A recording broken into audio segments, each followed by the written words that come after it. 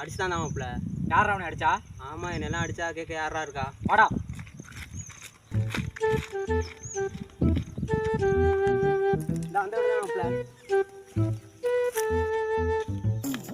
ஏய், யாரா அது?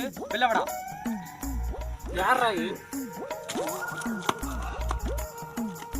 என்ன ஓடுறானே?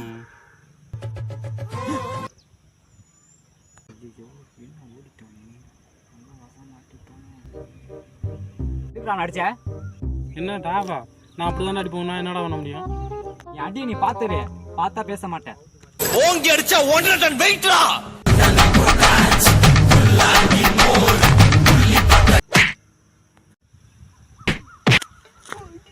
ஒத்த நொடியிலதான் எனக்கு சித்தம் கலங்கிருச்சே.